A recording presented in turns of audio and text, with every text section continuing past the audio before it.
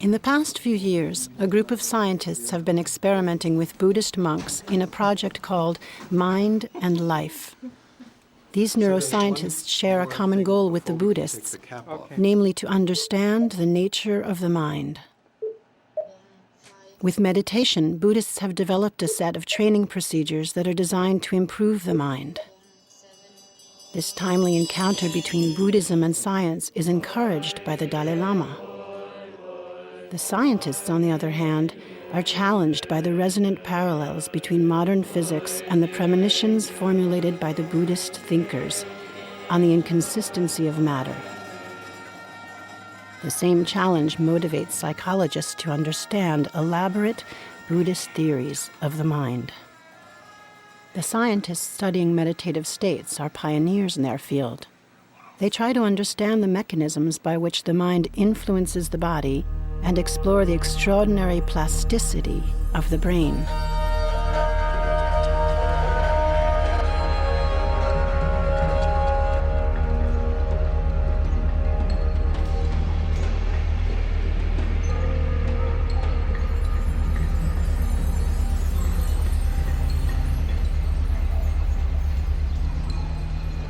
We end up always improvising at some point. Yeah, maybe everyone's just on vacation. Okay. On va rentrer dans la... Comment ça s'appelle? La capsule spatiale. We're going to have you in there for a fairly long stretch. Yeah. I mean, longer than, Yeah. I mean, not longer than we've ever done, but, you know, at the long end. And so, needless to say, if you start feeling like you're uncomfortable or you've just... No, it's just... no, it's not that. It's just, involuntary movements or... I mean, You tell us if it feels How like... do you do with the balloons or to We just have just a pillow. So you don't do a balloon, No. inflating balloon? No. You don't No, we I don't. hate that No, thing. we I don't. said no way. We don't do that. It will begin with a 30-second period where you're going to be cued to go into either one of two meditative states or be in a neutral state. So we'll use the words neutral, focused, or open presence. If I see all the instructions The words will come up, yep. Then you will do whatever it is that you do to transition into either the Right. focused attentional. Right. Are these words clear to you at which Yes, state of I course. mean? Yes, okay. of course. All right, Lee, I think we're ready for magnetic screening.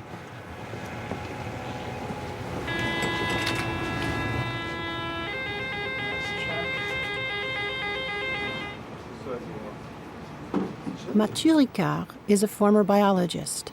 He lives in Kathmandu and has been practicing Buddhism for over 30 years. He is one of the first monks to collaborate with the Laboratory of Neurosciences at Princeton University. In this lab, the team studies attention and cognitive control. Does the practice of meditation help to increase the ability to concentrate? This is the question that scientists are trying to answer. The experiment is built around two meditative states, focused attentional and open presence. Open presence is a very profound meditation technique as practiced in the ancient Nyingma tradition.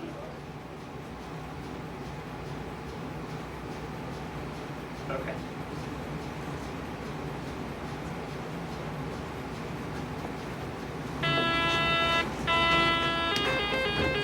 Okay, Mathieu, we're ready to begin. Are you ready?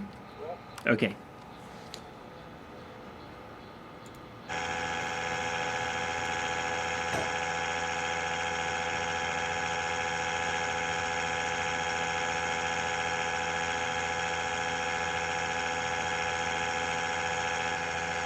A classic test of attention is the Stroop test, in which subjects view a word, but it's a color word, say the word red, only it's printed in a different color, say green.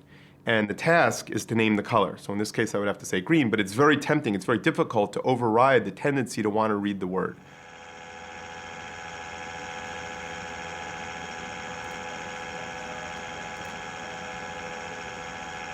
Now, no matter how much practice within reason you give an ordinary individual on the Stroop task, they cannot get it to the point where they can attend to the color and name the color without being interfered by the word. One of the things that will be very interesting to observe is whether or not it's possible in a state of focused meditation, whether Mathieu can focus on the color and avoid the impact of the word and thereby reduce that cost.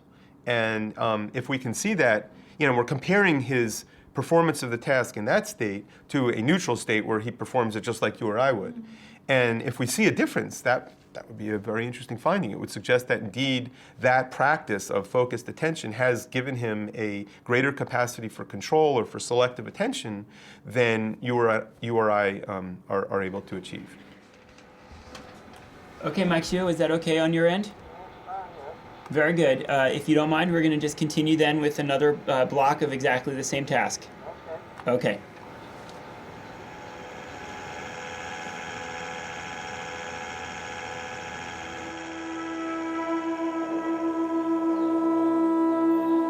L'état de concentration, on appelle ça souvent la concentration en un seul point, tsetik tingnesing, en une seule pointe, on dit.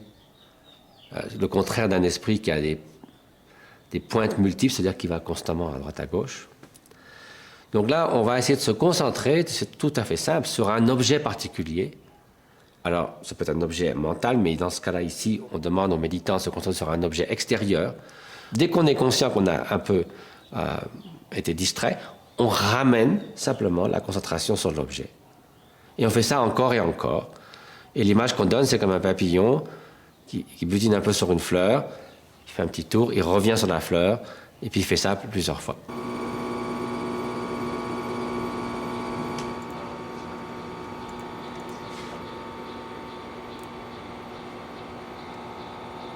Open presence. It seems like in many ways it's the more important set of skills that they have and that I've become increasingly interested in trying to understand. And that is the ability not just to control attention, though this is probably a component of what I'm about to say, but it's the ability to control emotions and to maintain an emotional posture.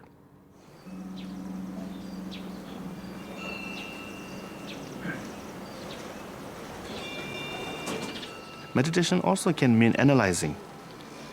So just sort of turn back towards oneself and look back. If you get very angry and then not always shouting at others or blaming on others, sort of try to look back.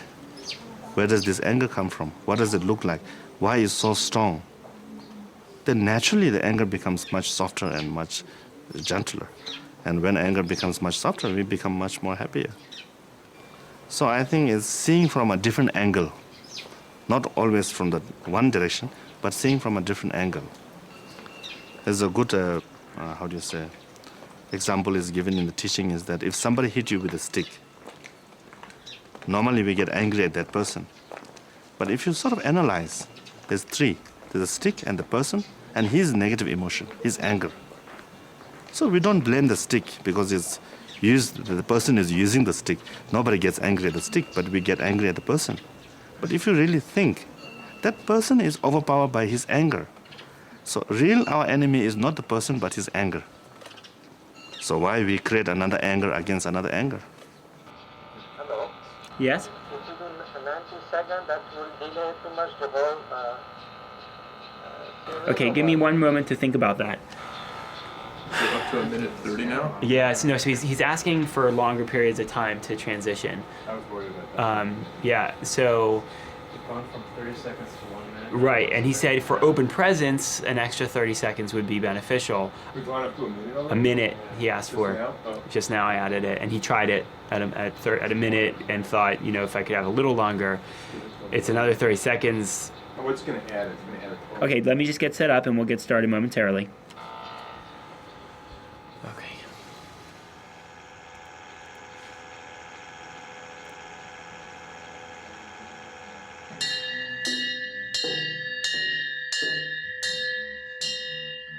Dans le deuxième état méditatif, ce qu'on appelle la présence éveillée, en tibétain on dit jigpa. Là, ici, on essaie de rendre son esprit extrêmement vaste, ouvert, lumineux. On donne l'image comme un ciel sans nuages. Donc à la fois transparent, lucide, mais extrêmement vaste. Et on pense que l'esprit se mêle à ce ciel illimité.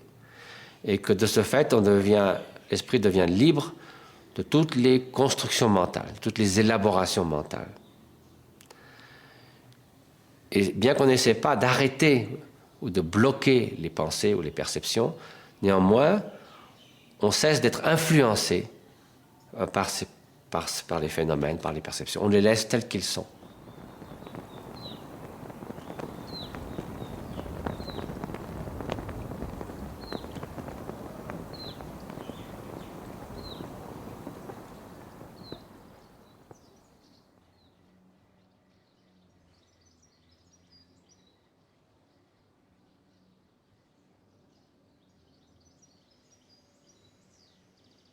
Sorry, it's so bright.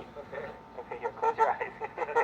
I didn't even realize it's so dark in there for you. I forgot.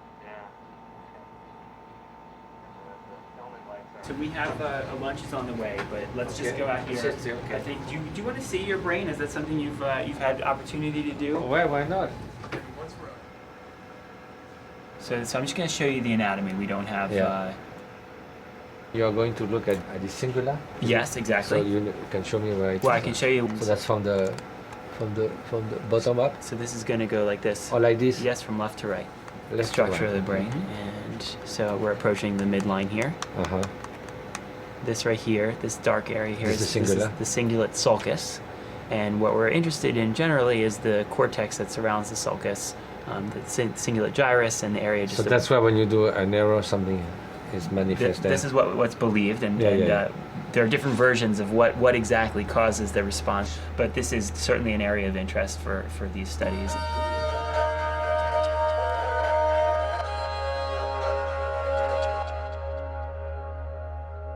If I'm performing a task, let's say the Stroop task, and you ask me to, again, to say name the color, and I see the word again red in green ink, and I'm supposed to say green, but I say red.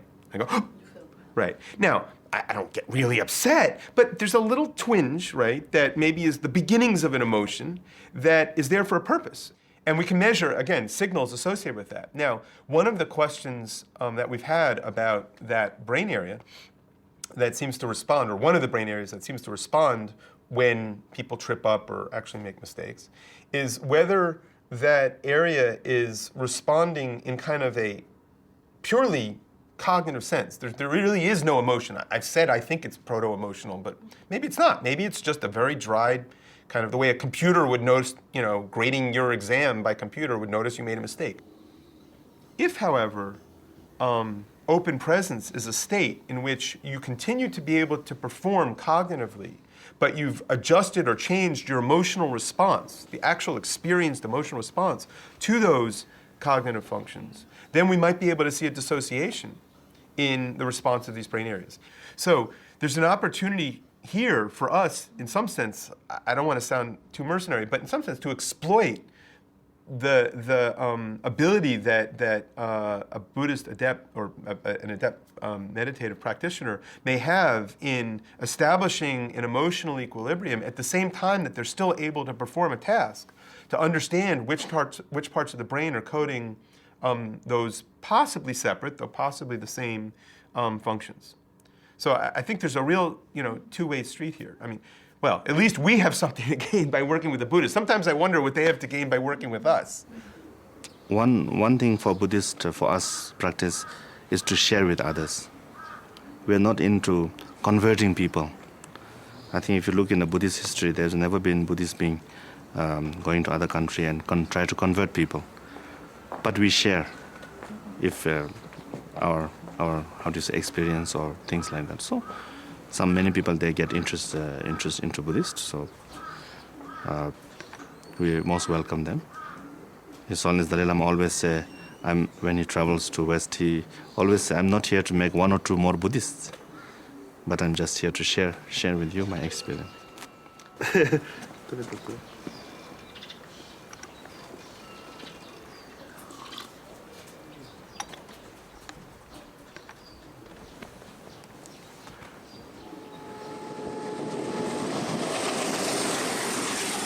So in 1990, I had the privilege to participate in the Third Mind and Life meeting, and then had the fortune of rooming with Francisco Varela. And in the context of that meeting where we're explaining the different emerging tools of cognitive neuroscience, and there was large interest in whether or not any of these tools could find application with advanced Tibetan practitioners. One late night, Francisco and I thought, we're old EEGers. Let's do something. Let's create a project. Let's actually try to do a field research project with these yogis who seem so inspiring.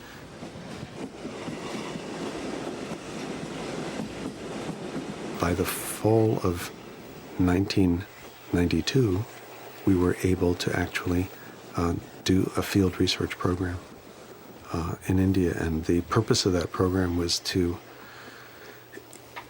identify senior monks and get feedback on the kinds of experiments that we would like to do in the future. Come on.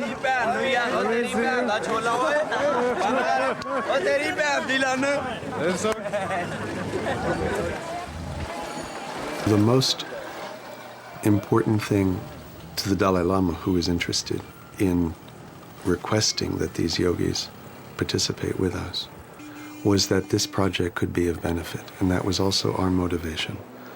Because in the West, any tools that could be useful for eliminating stressful effects of the velocity of modern life would be very helpful and beneficial.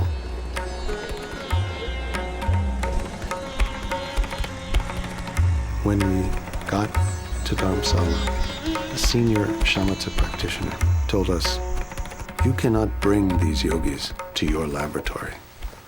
You must bring your laboratory to them.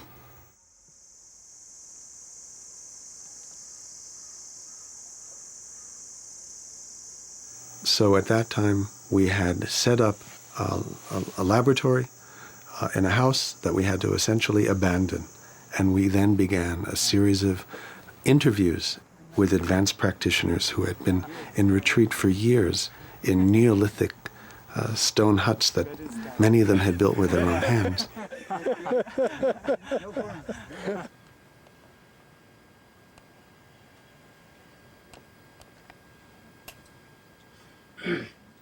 We kept hearing several things. The most prevalent was, if you want to understand the mind, well, meditate.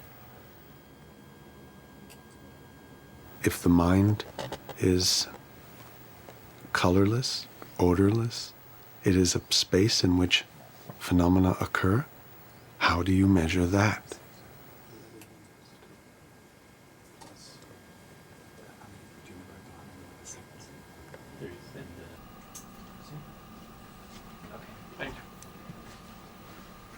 Okay, so I'm going to give you a minute and a half, and it's going to look just like it did downstairs. You'll see the words neutral, focused, or open presence. That's all fine, for yes. 90 seconds, and then it'll be followed by the task.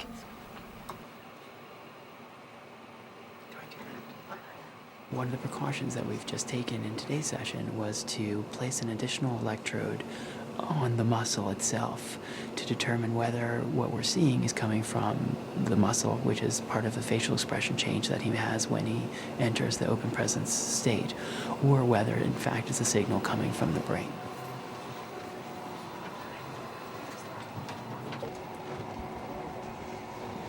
All done?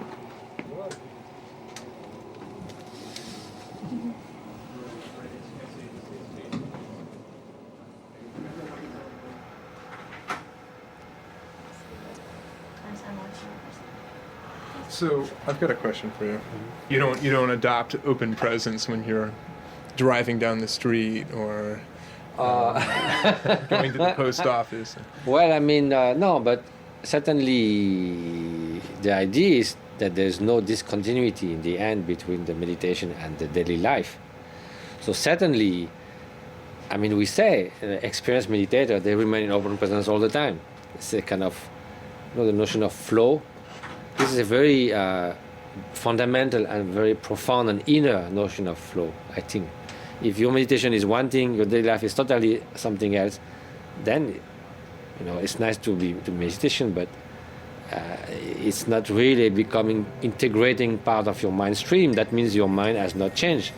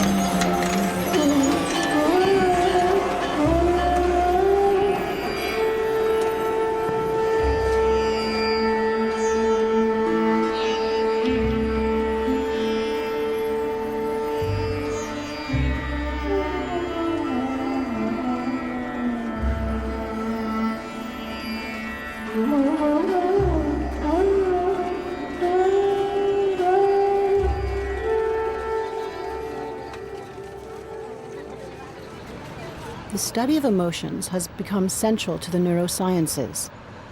What are the mechanisms that regulate emotions? The hypothesis of the mind and life scientists is that the ability to regulate our emotions can change our character traits and is a key to happiness.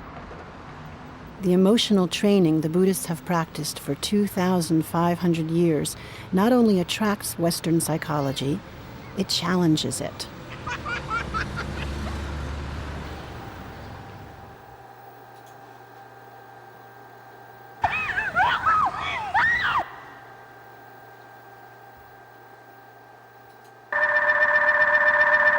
One idea that I think has been in researchers' minds for a number of years has been whether or not the slope of the recovery is faster from an emotional episode as a function of meditative training.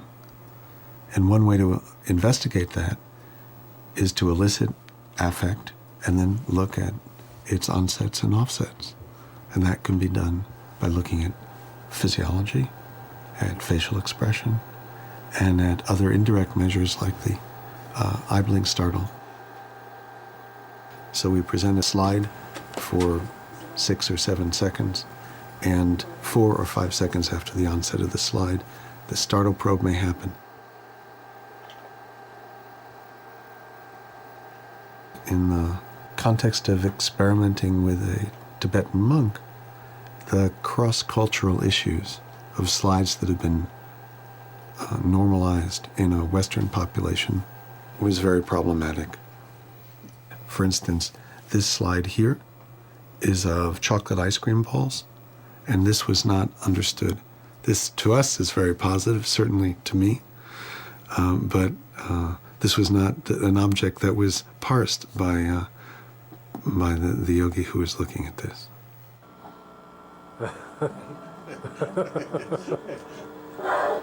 When an emotion is aroused or triggered, we are usually not aware of the process by which it is brought to the fore. That is opaque to consciousness. We may be able to figure it out afterwards. I got afraid because of this, this, and this, but we don't start out looking in on the appraisal process that brings forth emotion. It occurs automatically. It typically occurs in fractions of a second. Even the Dalai Lama says that he can't observe that. But what he can observe, or what you can learn to observe with a great deal of effort, is the arising of the impulse before you take the action. That also is usually very short in time. But the Buddhists focus a lot on that. Okay, Erica will talk to you. Okay, Renee, we're going to start the first film now.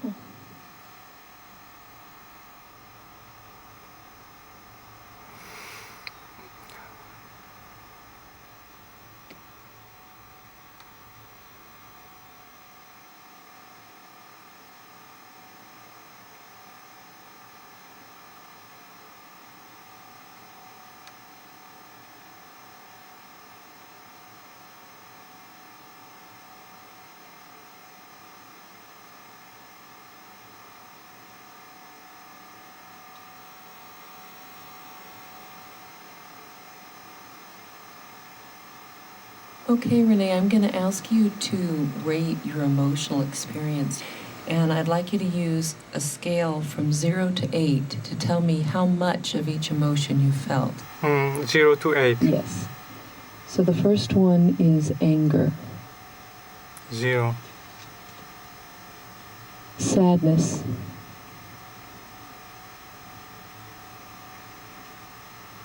Four. disgust, 2. fear, 0. sympathy, 6. This I didn't find so powerful because it's too located on parts of the body, so you don't. Yeah, so you don't see the person.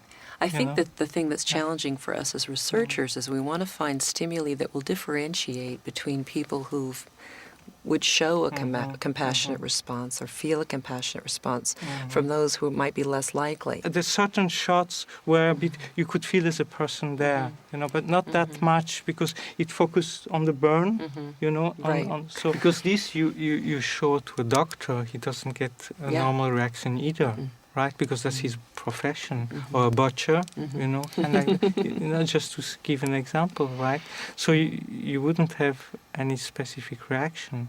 And a meditator, he can decide whether he doesn't have any expression at all, because if he focuses on emptiness, he doesn't get any reaction at all. Did you do anything like that prior to the film in terms of focusing your mind? You're saying it's going to be graphic, right? Yeah. So I was expecting it, right? So yes, I prepared my mind, to not be shocked, right? That's true.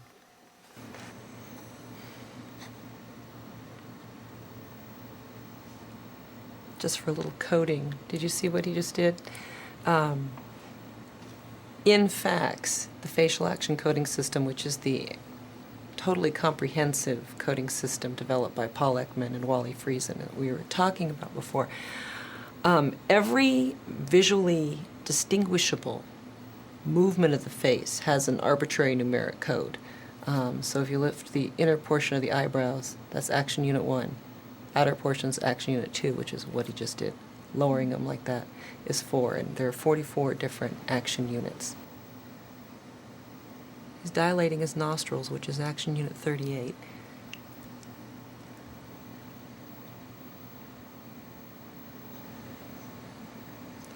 The rate of blinking has picked up, and that is something that we code. Not every researcher always codes blinks because they're so frequent, but it depends on the question you're looking at.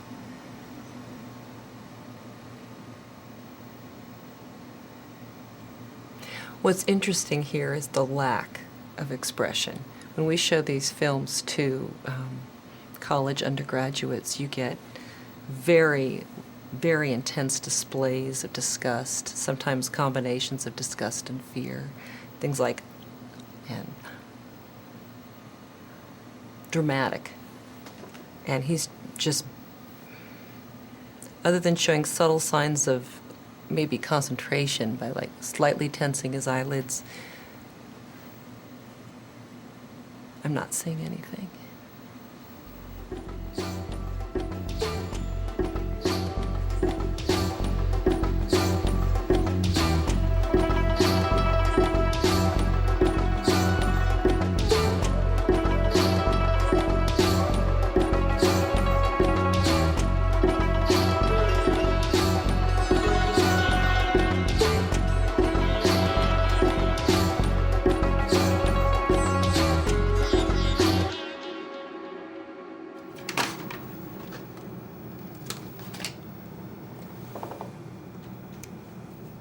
In San Francisco, the research project Cultivating Emotional Balance introduces school teachers to the practice of mindfulness. In this laboratory dedicated to health psychology, scientists measure how training in meditation can reduce stress and alleviate disturbing emotions. To that end, emotions are artificially provoked and their physiological expression measured. You know, one of the hormones in the body that's most affected by psychological factors is cortisol, what's been called a stress hormone. And what we've shown is that it's not really a general stress hormone. It doesn't become activated. You don't get an increase in that hormone under all kinds of stressful conditions. And in fact, there is a very narrow range of conditions that really activate that system. One of the most powerful of those is being in a context where you're being evaluated, so a kind of a social evaluation.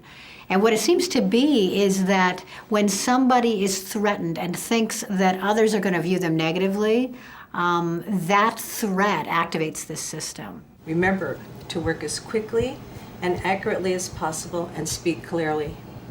Look straight into the camera and speak into the microphone, and we'll begin at 2095, continually subtracting 13. Please look at the camera. Okay, 2095, 2082, 2079. Wrong. Please start again at 2095. 2095, 2082, 2069. 2056. Okay, we now have another task for you. Please count backwards starting from number 1097. 1097. Please focus on the camera. 1097. 1070. Minus, what is the? Minus 23. 1097. 1074, 1051, 1000. That's the end of the study. Thank you very much. Buddhists argue that the meditation and contemplative practice can actually reduce people's preoccupation or attachment with themselves. So it's really, really interesting to me to hypothesize or actually just really frame a question. Can a meditation type of training actually reduce a person's sensitivity to social self-threat, to rejection, so that their systems, their cortisol systems, some of these other systems that we studied, are not being activated as frequently. And as a consequence, people may actually have better health over time.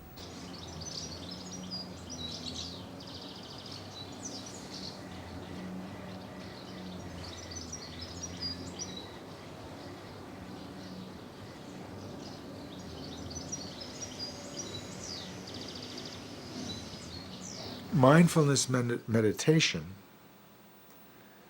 in my view, forces you to learn to pay attention to automatic processes. Breathing is automatic. You don't need to think to breathe.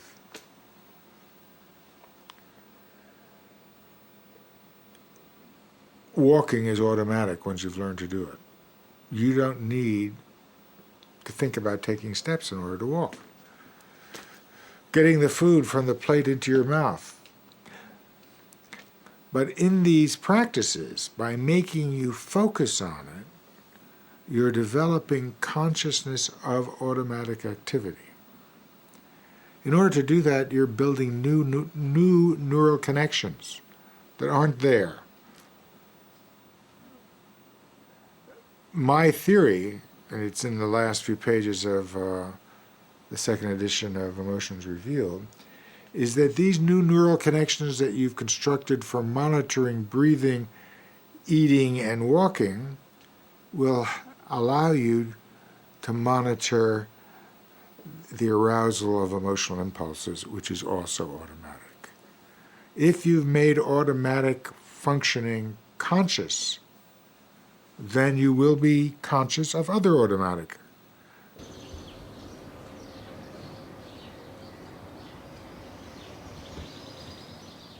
We focus the attention on the tactile sensations of the passage of the breath at the apertures of the nostrils. mindfully observe the sensations of the in-breath, watching them closely.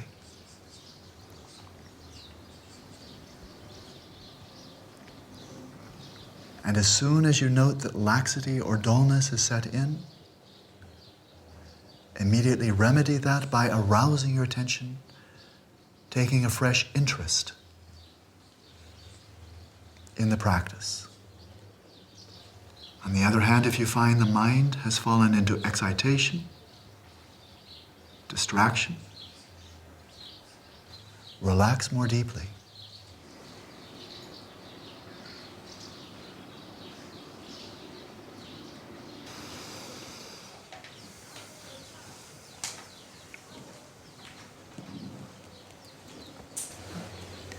Because you're attending to something, the tactile sensations of the breath. And the tactile sensations of the breath are not especially pleasant. They're not like an 8-course gourmet meal. They're just really ordinary. They're not unpleasant, they're not pleasant, they're very neutral. But the great discovery is that by attending to something neutral, that is itself not a stimulus, a pleasant stimulus, but by attending to it, cultivating and developing attention on this neutral object, happiness arises from awareness. This is a great discovery.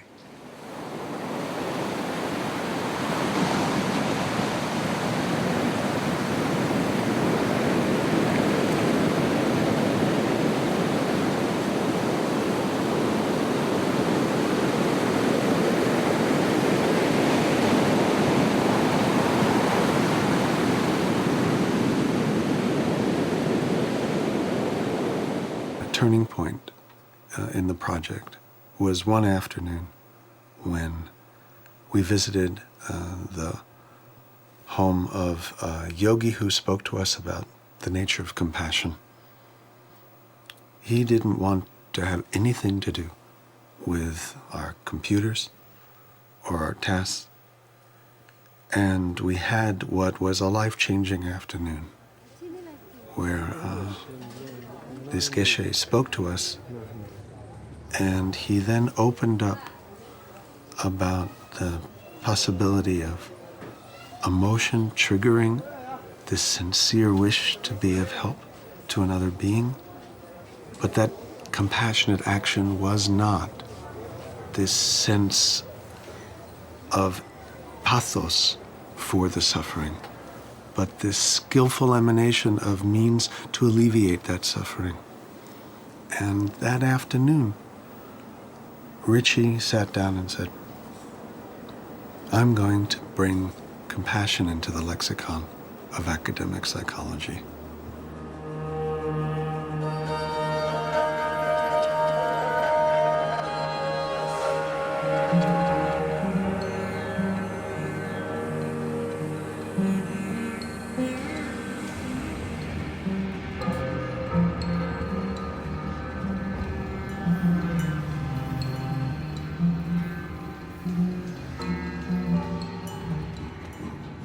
Yamten is a Gamshen, a high practitioner of meditation. He lives in Bhutan, a Buddhist kingdom in the heart of the Oriental Himalayas. A number of other high practitioners have been tested before him at this laboratory of neurosciences of affect. At the University of Wisconsin, research focuses on compassion, a state of mind that has been neglected by Western psychologists. To Buddhists, compassion is a very central and complex meditative state that is not meant for beginners. Buddhists have developed a set of mind training procedures that are designed to increase a person's level of compassion. We've been trying to learn more about what the voluntary cultivation of compassion might actually do to the brain. We have been using both brain electrical activity measurements as well as functional MRI to look at changes in the brain during the voluntary generation of compassion.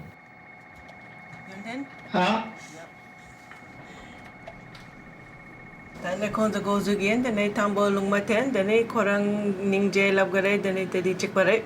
Did you ask him just to remain still again? Remain still.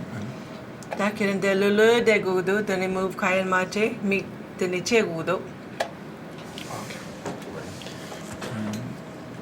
And we're starting now.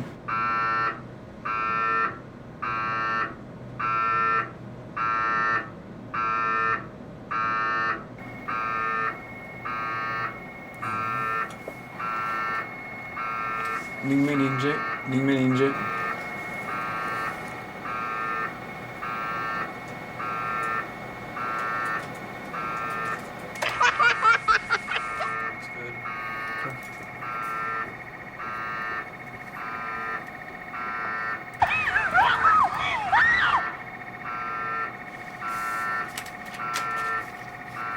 Donc là, on leur envoie des sons qui ont un système de valence, ça peut être positif, négatif ou neutre, et on essaie de voir, on compare la réponse du cerveau à ces stimuli dans cet état de méditation et dans un état neutre sans méditation.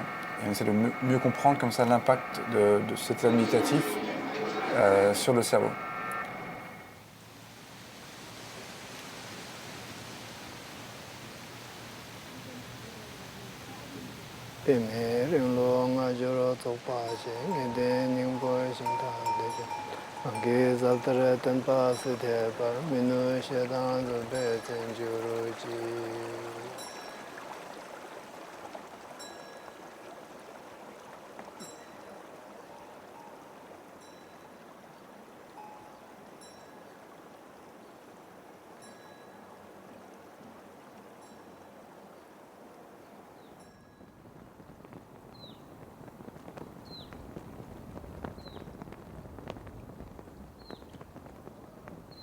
Someone had come from Tibet to meet His Holiness the Dalai Lama, and who has spent, as many did, 15 to 20 years in jail and went to torture many, many times.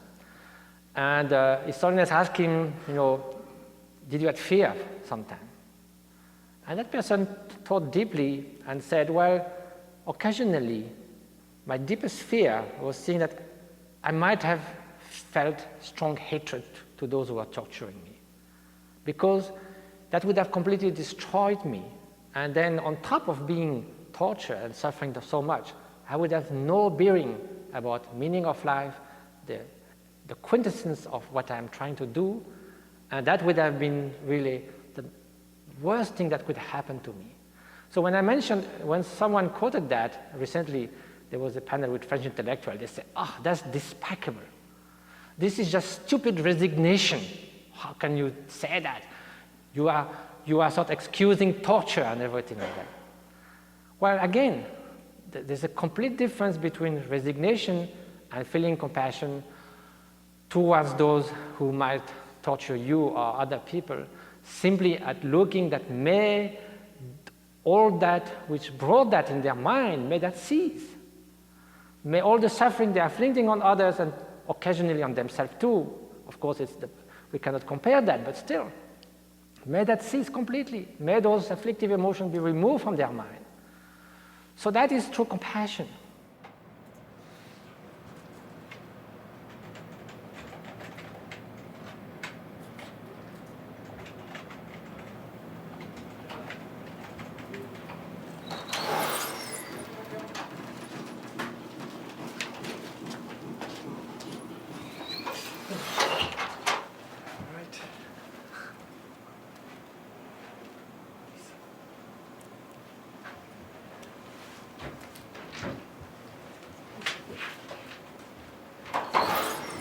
So can you want to take your things? We can go if you want.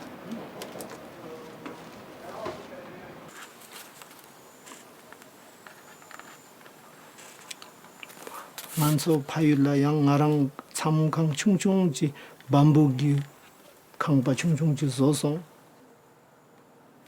되니 나랑 딜라 대송 된 칼라디서 파마기테 되니 디다부 되니 원도 툰시지 고중네 되니 차 되니 원도 잡도 셈게 멘델 이자 디소 창마만 땅 차성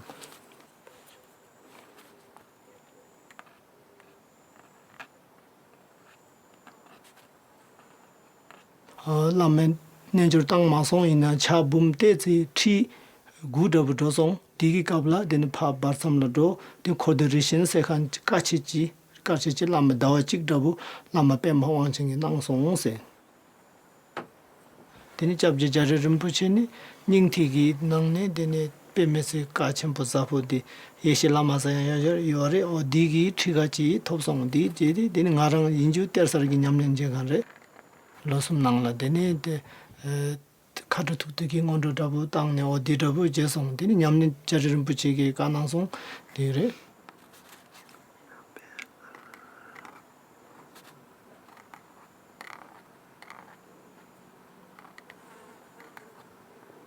The model for compassion, I completely agree, the Buddhists, is the parent-child, if the parent isn't all screwed up.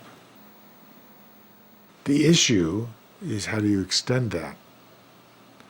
Clearly, some people do, without any kind of Buddhist training whatsoever. I go back to my nurses, some doctors, some emergency room people, some ambulance teams. But for most people, the circle of compassion is fairly small. And it is something I don't think we know as to how we can really extend that. And can we expect everyone to become compassionate to, as the Dalai Lama puts it, to all sentient beings?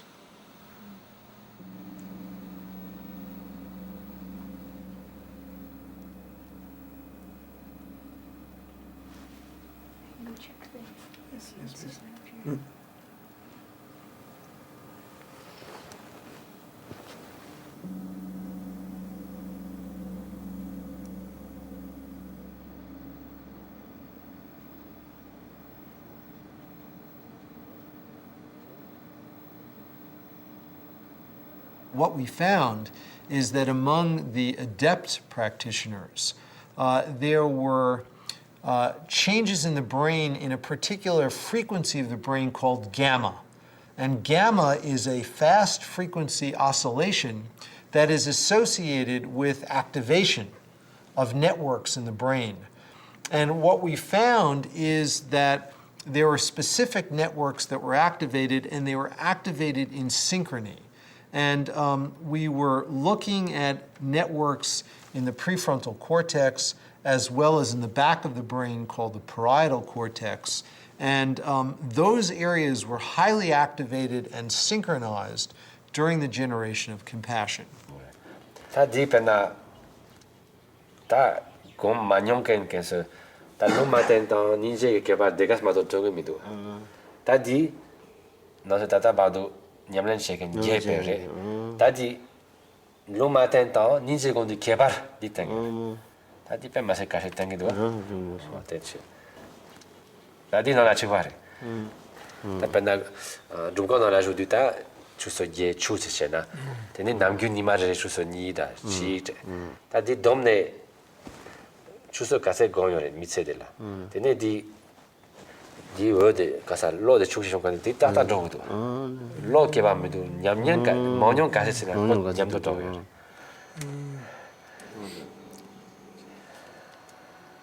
근데 짐베 제두 가서한테 랍 근데 밤마디 랍치 dans la grand peu que capacité la pas dit de ça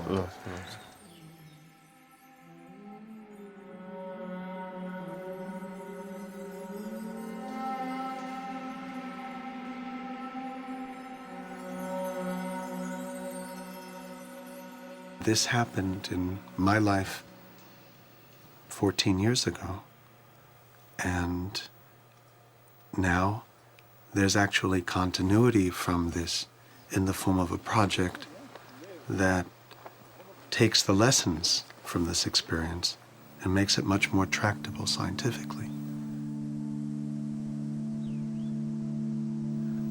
And with Alan Wallace, we've embarked on essentially a second generation of this research effort called the Shamatha Project.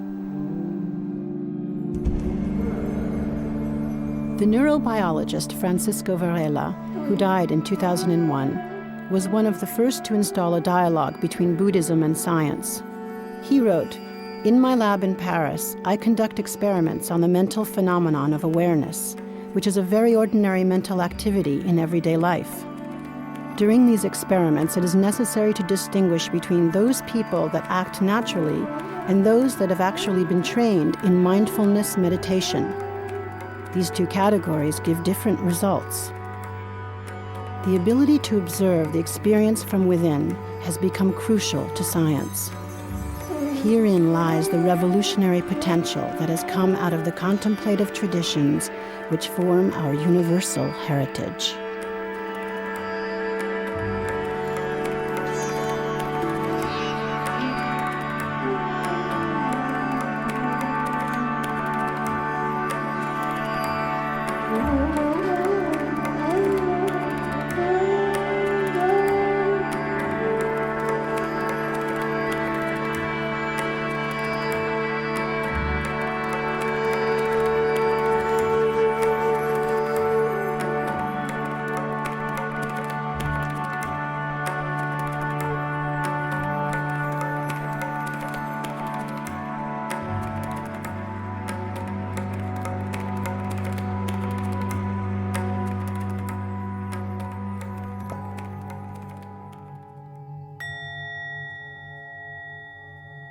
Wilt u dvd's bestellen van onze programma's? Bel dan 040 282 0022. Als u meer wilt weten over onze uitzendingen, vraag dan de gratis programmagids aan op nummer 035 677 1611. Of kijk op www.boeddhistischeomroep.nl.